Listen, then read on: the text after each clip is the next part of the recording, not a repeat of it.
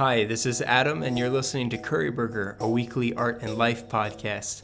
This week, it's a little bit different. Sammy was unable to be with me because I was in Kuala Lumpur, Malaysia, visiting and talking to a good friend of mine, Pei Hong Tan. A little background information about Pei. He was one of my roommates while I attended FCD School of Design. Before that, though, he completed a BFA in Industrial Design at Rochester Institute of Technology, and later on he went on to achieve his Master's of Entertainment Technology from Carnegie Mellon University in the Entertainment Technology Center. Now, whether it's philosophy, psychology, art, history, whatever, I always find Pei's wealth of stored information utterly baffling. He's an incredibly smart artist with a deep passion for film and game design, and I'm very happy to be able to share some of our conversation with you. Enjoy.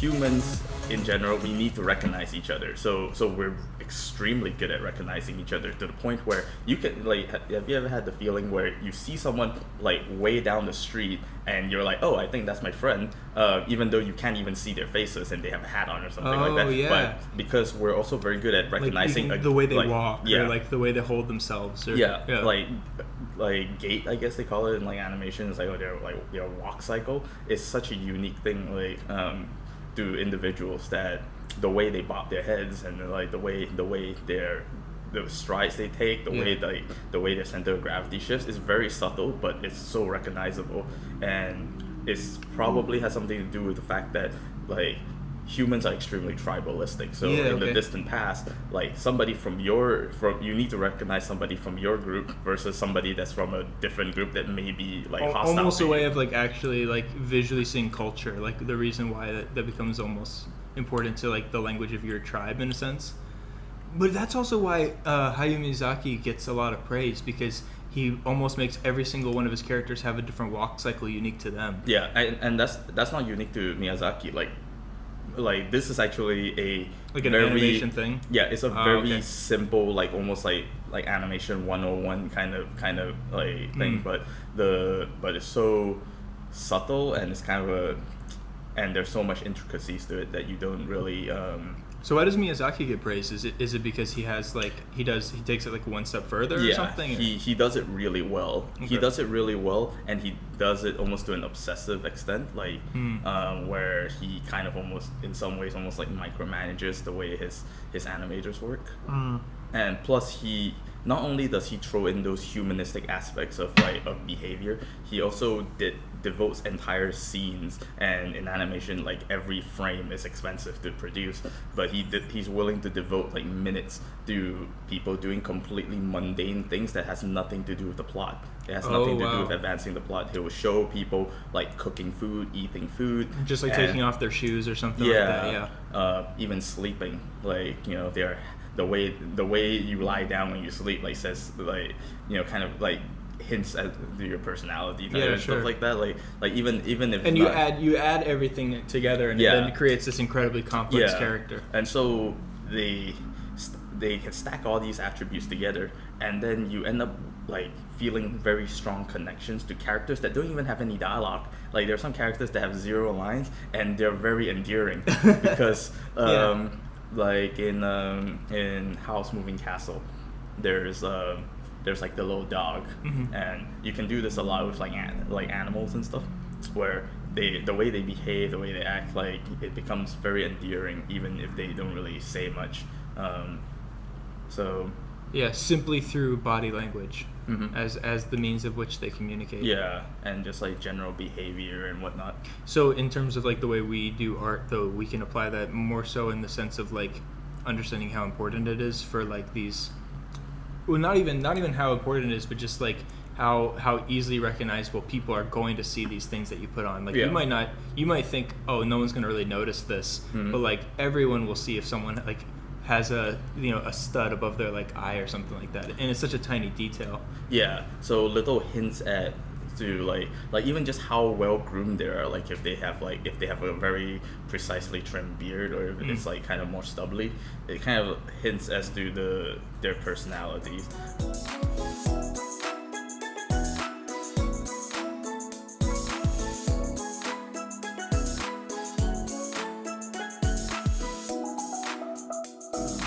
Yeah, so the idea was like someone asked the question like, why is it that I can spend so much time drawing and I get a lot better at like drawing from references, but every time I try to do something like unique that's out of my own head, like I can't seem to replicate that. And so, or especially like the quality, like I can copy something spot on, but when I try to draw my own thing, it looks like a toddler drew it. Yeah, like, and it applies for everything. He didn't even really specifically say what he was, what exactly was his like category, what kind of stuff he was doing, like portraits or figures or landscapes or whatever. But the real, the crux of it is that you need to establish like this sort of feedback loop where you're always like doing your studies and then immediately trying to apply it, because then you can see how much of that information actually stays in your head, and so and it kind of creates like more focus for like the next study you do as well, because you're thinking like, oh, like I've been drawing heads all day, and then but when I tried to draw one like out of my head, like the nose looks weird. The nose still always looks weird. So on your next set of studies, you'll be more focused on like the way the nose looks. So it kind of creates this like positive feedback loop where you're finding weaknesses and shoring them up. And so every aspect of your drawing starts to like kind of almost leapfrog each other, because you and this applies for like pretty much any kind of like sort of grindy skilled discipline, where you take the weakest thing you have and then and that becomes like kind of an obsession. It's like, okay, this is the weakest thing I have in you, and so for a bit you become almost a bit obsessive about it, and then like eventually that might become like, because you've been so focused on it, that might actually become the thing you're best at, and then you find the next thing, the next weakest thing, and you're like, oh, this is now the thing that bothers me, and then so like, you know, it's the whole idea of like you are slowly leveling up like one thing until it reaches a certain point where you're like now too upset with something else, that you then try to catch that thing up to it. So it's constantly just like this cycle of almost like a little bit of self-loathing, like in terms of like you have to be obviously very introspective and look at yourself, and then you find like the thing that like be very aware of your own strengths and weaknesses, and and like, you know, like actually understand them.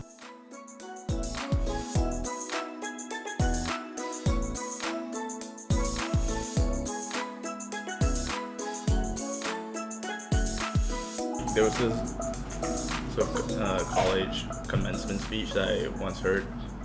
It was by a pretty famous Navy admiral, and one of the things that he talked about was how the importance of making your bed every morning, like, because that's one of the things that the military drills into, is like you must make it perfect. Like your corners need to be crisp, like the sheets need to be like even on both sides, and it's one of those things that they do originally. Like the first thing. It's one of the first things they teach you and force you to do, because it instills discipline. So you are doing an active discipline the very first thing you do in the morning. Yeah, because and the way he actually goes into quite a bit of depth about all the benefits of making your bed in the morning, because he's like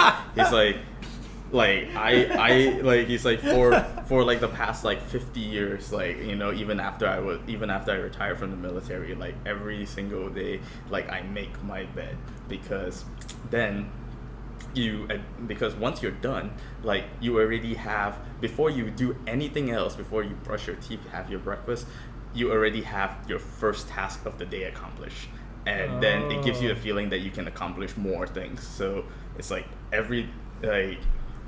you know that, okay, like it gives you like, again, that mini sense of accomplishment where you're already like in your mind, you're mentally like, okay, I've done something today, and then you won't, and then the rest of the day you like kind of have a positive like attitude towards yourself or something like that.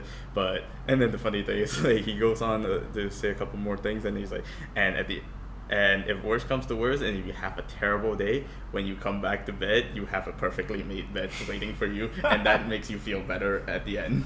So instead of like even this, if you have a bad day, even if it's have like a nicely made bed. Yeah, and no, I like that. That's a really nice idea.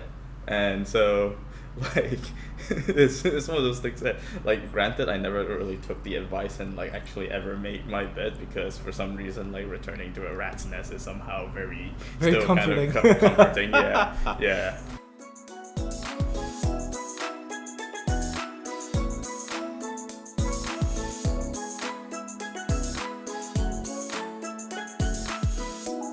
Pretty much for certain types of things, anyone can give you feedback. But then I think there's like certain other ones where like very recognizable things like people's faces. Like your mom can tell you if it looks wrong. Yeah. She probably wouldn't. So she's not always the best person to go to, but she could. But yeah, in general, like, you can ask for general advice if something is off, but then it's better to usually listen to your peers or those who have more experience, because they can pinpoint it. Yeah. When it comes to how to fix it. Oh, okay. Because I at least that's my sense. Like, obviously, I try, like, anytime somebody like offers their opinions, I listen to it and like try to, because sometimes like you even like the chances are sometimes, like, if somebody who has no experience with, like, you know, drawing or painting, they could point out something that's like that you overlook. Yeah.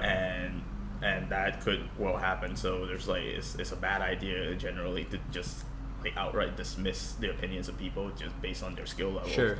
But at the same time, but sometimes their solutions aren't what works, like what we talked about the other day in terms of let's say detail level. So if you want to make all your windows have this certain detail, you don't necessarily have to paint that detail on every window. You just need to paint them on like a couple key ones that are in the shot.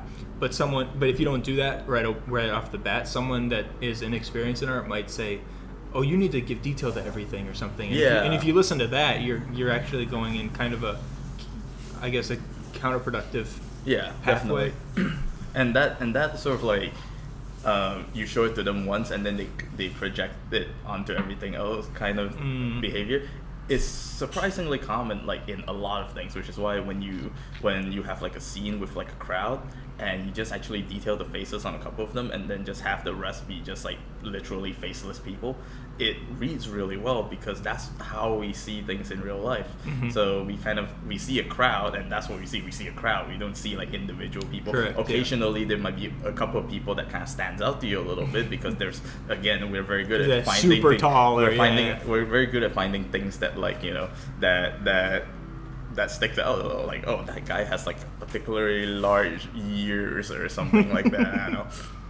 Or that guy has a funny hat. We're very good at seeing the different. Yeah. And a lot of stuff, like, in games, like, it's been used forever, because like when you played like those like Monkey Island games, for example, whenever they have an interaction, they show you like this full picture of they pull up the portrait. So you have like this portrait, and you can be like, so this is like, you know, you can see that this guy has like, you know, a eye patch and scars and stuff like that, even though on the actual like when you're viewing the entire scene, they only have a few pixels to use his head. I mean, his face is 6 pixels, and 5 of them are, you know, like just generic flesh tone, and the other one is like the black dot. And then you're like, that's the eye patch. Yeah, exactly. And the same thing happens in like games like League of Legends, especially in the earlier days when their general like quality of everything isn't as high. A lot of people like would buy like skins, which is the entire like business model they have, which is how they make their money, based of the splash art, because they're like, oh, this character looks so cool.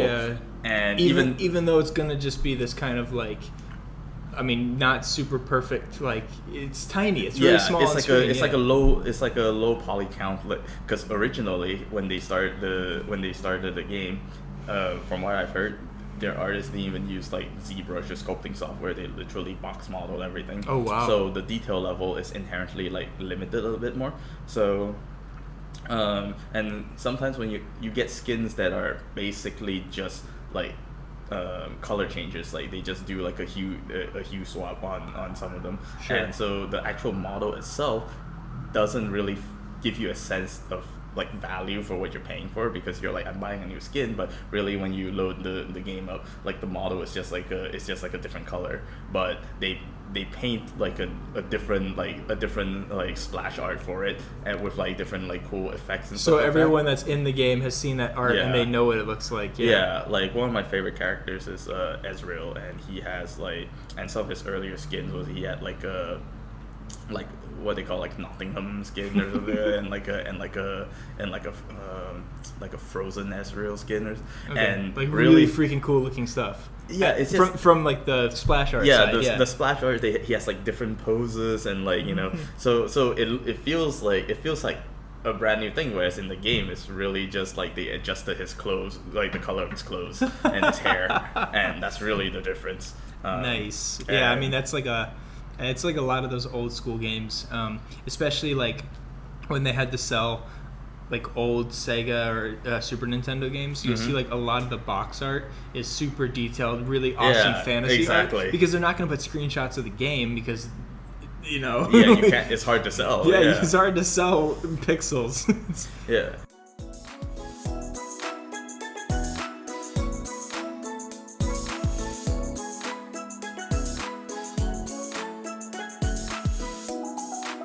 So this is actually a little bit off topic, but hopefully in a second you'll see how my mind got here. But basically, now that like a lot of games have this complete ability to go anywhere, really, like you can do really, really highly stylized stuff or really, really realistic stuff. Obviously, when you're in a studio or when you're getting freelance work, you're given your limitations. But like right now, you're doing your moon set of stuff. Like how do you, like creativity always has to be fostered within limitations. Like how do you build like the criteria for like your own personal project? Like I'm curious about the moon one or whatever. That one's the whole space projects. That one was mostly because I found a like a group of alumni from my old school that's like actually kind of looking for an artist that did like retro sci-fi art, and I'm like, oh, I could do that, but be me. But I have nothing in my portfolio that necessarily shows like what they would want. So I'm like, I should just spend a bit of time and like make a couple pieces and then show it to them and see, and see what happens. And if I don't get it, at least I'll have a couple of nice pieces like that could just like apply to my main portfolio. So, and if not that, then it's good practice. Yeah, actually, if I think about it, like the space ones and the recent ArtStation challenge, so both of your like projects, you kind of found criteria from somewhere else, because I guess because it's like always really hard to actually limit yourself, because whenever you start to have like this happens to me all the time when I try to do a personal project, I will create these limitations for myself, but then when I start brainstorming, I like get over here or get over here, and it's like because no one's telling me I can't, I start to explore every possibility and end up doing like nothing. Exactly. Which is one of the reasons why sometimes taking classes is helpful, because you have somebody like your teacher is just like, you will do this or I'm gonna flunk you, right? But like a lot of people would I've heard this from a lot of pros giving advice to students, just like behave as a pro and pretend you have a client, and your client wants these, write them down, and then during the project stick to those original specs. Like make them realistic, like so your feeling of wanting to do something else will have to be overshadowed by the fact that now the client wants this. I for example, I say you can pick a studio, like a lot of people right now for Blizzard, Riot, or something like that. Yeah, sure. You'd be like, this company, like they want they're contracting me to do some like designs for like one of their IPs, right? And whether it be like World of Warcraft or something, and World of Warcraft is fundamentally very different from something like Overwatch, and so you want to be like, okay, I want to stick to this style, and then I want to these are the things I want to do. Like, you know, I want 3 characters and like, you know, 2 variations of, like, you know, different armor sets or something. And then you work as though you're working for a client, even though you're not. But it's kind of almost mentally training yourself to be a professional, because then when the real job comes in and you have clients that tells you exactly what you need to do, then you can essentially roll with it and be able to produce stuff that in some cases, like, it won't necessarily sometimes even be your favorite stuff you've made. It's kind of like that whole finished not perfect mentality. Exactly. And it's still, and sometimes even if you don't necessarily like it, it's still good to, like, if you can make it good quality work, then if the design doesn't necessarily, like, cater to your personal sense of aesthetics, and it'll still look good. Like, I go on, like, ArtStation a lot, and I see a lot of pieces where sometimes I'm like, that's, like, the design doesn't really, like, I don't like it that much, but you can still appreciate the craftsmanship behind the work. Yeah. And really, at the end of the day, like, it seems like that's a big thing. Like you can tell that I might not personally like it, but enough people will like it. Yeah, but there's a client for it. And you also know that it's very good quality.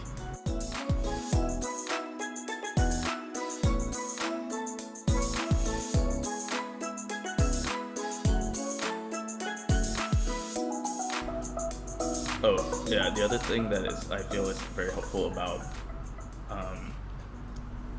like setting like parameters ahead of time is that you will end up being forced to obey those parameters, and you won't fall into the trap of, this thing is really hard to do, I'll just change it. I'm gonna draw like a 8-wheeled vehicle or something.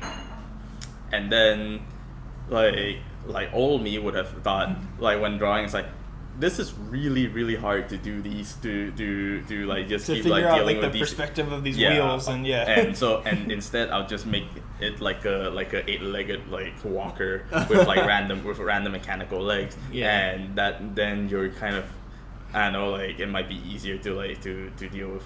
You know, it doesn't have to be as perfect for it to, like, read as what you want it to be, but you can't take that. You don't have that out. You don't have that option. Yeah.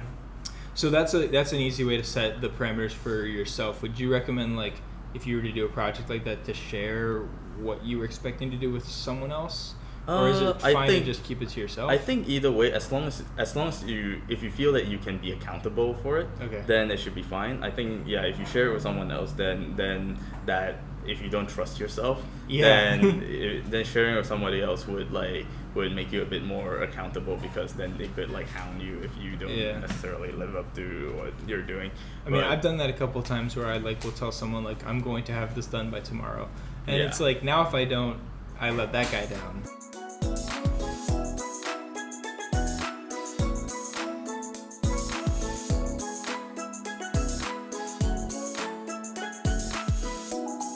Values, like, you're always saying, no, check your values, because materials have this ability to read really well in black and white, like, so you can get the sense that something feels like leather versus something feels like steel, or even something that feels like, you can tell the difference between, like, shiny metal versus, like, polished metal versus, like, kind of like scratchy metal, if you are able to control your values extremely well. So it's interesting.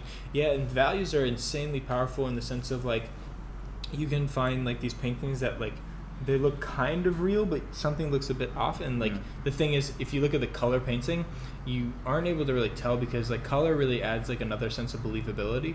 But if you strip it down to the values, you're like, oh, it's like the shadows are all, like, too bright or something. Yeah. Or So, like, using color has this, like, it's one of those things where it's easy at the beginning, and then it's like, and then it gets progressively harder to make it really real. Like when you look at those, like, really old cartoons or comics and stuff, like you can see, like, they would use a certain color, and then that would just be like, oh, this color indicates this, and so it becomes like clear, like you can get like a sort of like almost like a caricature of the item. Yeah, and like the red ball is always this color red. Yeah, Always. or like somebody like in an old like fantasy cartoon or something like that, you have a sword, right, and it'll be gray, and then you'll be like, okay, that's metal, right? It's a sword, it's gray, it's metal. Yeah. But if and sometimes if they want to make it extra shiny, they'll put like a little sparkle on it. Yeah, and or like a white line that'll or be something. oh, now it's extra shiny. But then but when you're trying to as you're trying to make it more actually believable, so I think it's the difference between drawing a face and drawing like an emoji. It's like you can be like, oh, this is a face. When you draw like a smiley face with two eyeballs and like a little curve, you can be like, this is a face, and most people look at something like that and recognize, oh, this is supposed to be a face. But you're not gonna pull an emoji to like a 3D level and put it on a person. I understand what you're saying. It actually makes a lot of sense.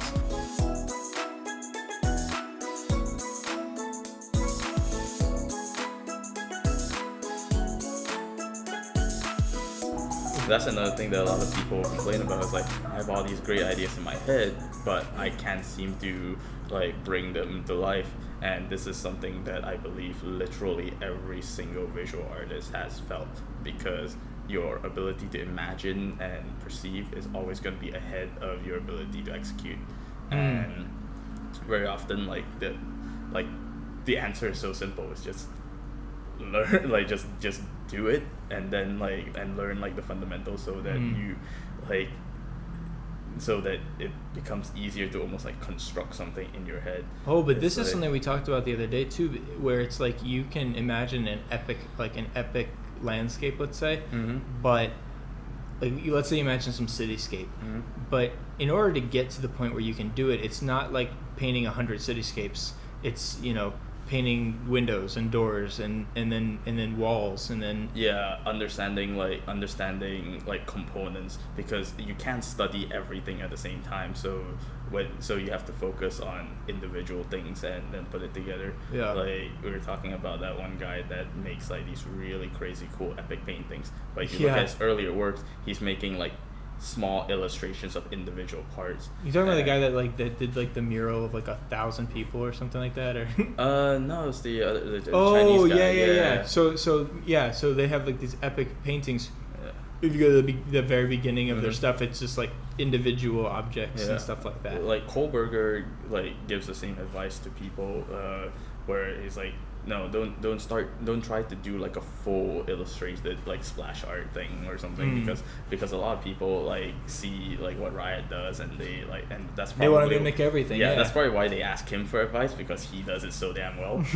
But he's like, no, don't do this. Just here, do an illustration, like a really good illustration, as best as you can, of a shoulder plate or something, just one piece of the armor, and learn how light affects it, and how the material looks, and then really study how the material works. And then do you have it down to the point where you can spin it around in your head and then repaint it from another angle? So it's illustrate props, because then your focus, instead of thinking, say you spend 20 hours on a painting, instead of spending 20 hours on doing a really big painting and having to focus on a bit of everything, which even pros will sometimes have trouble with making every single thing good, paint a pouch, a leather pouch or something, because then you can really all that, instead of that 20 hours being spent on across a full illustration, that is just focus on this one object, and you get really good at that one thing. So the next time you have to do a pouch, you have that down, and now you can focus on the next thing. The next time you paint with a pouch, what do you learn? You learn how to paint how leather looks under different conditions, how metal buckles work, and stitching and stuff like that. So next time you're once you have that down, when you're painting a full character that happens to have a bunch of leather armor and belt buckles and stuff like that, that stuff would all be almost would be be more intuitive. Like it'll be you can almost instinctively or intuitively paint those. Yeah, because you've studied the material enough. Yeah. And you don't really even need to focus on you don't focus on style at that point. You're just focusing on material, light, form, on believability. So it you can obviously continually change the style, who you're referencing, and that might change the style you paint it. Yeah. But that's not the important thing to focus on. Yeah. Like a leather pouch looked like a leather pouch in WoW, and it looked like a leather pouch in Uncharted, even though one is way more realistic than the other. But what's the essential things that make them feel like a leather pouch, right? Yeah. All right, hope you enjoyed that and were able to learn something new or be reminded of something you might have forgotten. In any case, I have left a link to Pei's artwork in the description if you want to check out his stuff. And if you enjoyed our content and want to subscribe for more, feel free to do so, or check us out and connect on Facebook. Send us any messages on Facebook or through email, and we'll make sure to reply to them and even talk about them on the podcast if we can. We will be back next week with another episode. Sammy and I will be talking again. Until then, good luck on your own projects.